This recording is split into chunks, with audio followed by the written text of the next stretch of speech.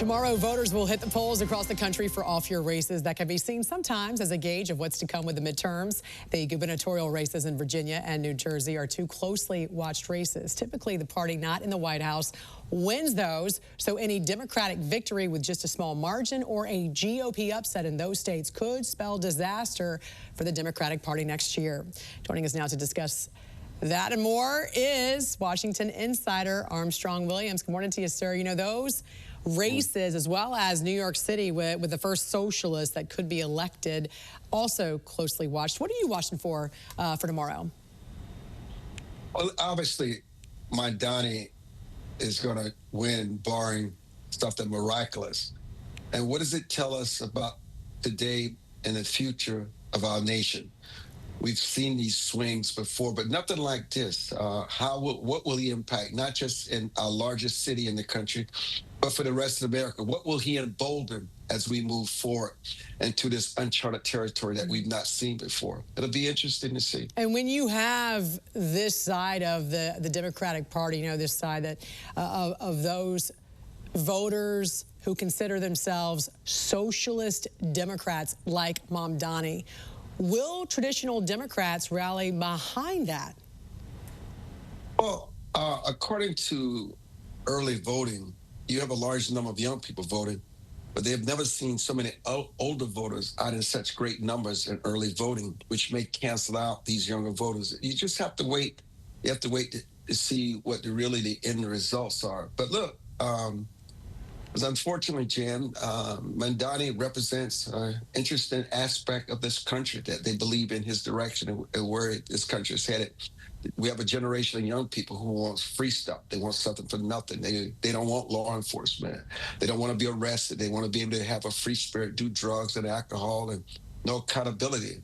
How long this will last before they mature enough to realize the error of their ways and what price we will pay? Only time will tell. Yeah, and hopefully it doesn't destroy a nation. This is also an unusual year with this prolonged shutdown. Some GOP leaders right now against the nuclear option to get rid of the filibuster. Republicans, though, say if Democrats gain power, they're going to get rid of it anyway. So why not just do it now? What's your thoughts? I think the bottom line is nobody really wins in this debate. I mean, obviously, the SNAP programs, the food stamp programs need to be overhauled. There's a lot of waste and abuse. But Americans generally feel they're not being represented anymore. None of us asked for a government shutdown. We worked out our differences in the past. And these are adults, many of them who are multimillionaires who are still getting paid. I think Americans are looking at this and asking, who represents us anymore? Do we need term limits? Do we need to change how we identify what is best for us? I think more and more Americans are becoming less attached to labels like Democratic and Republicans and more attached to what really works for them where they are. Meantime, President Trump did walk away with some big trade wins during his trip to Asia, including one with Chinese President Xi Jinping. How do you see the result of that meeting between the two of them play out in the long run? It makes all the difference for everyday Americans in their pocketbooks. When they go to stores, when they buy online, it's huge.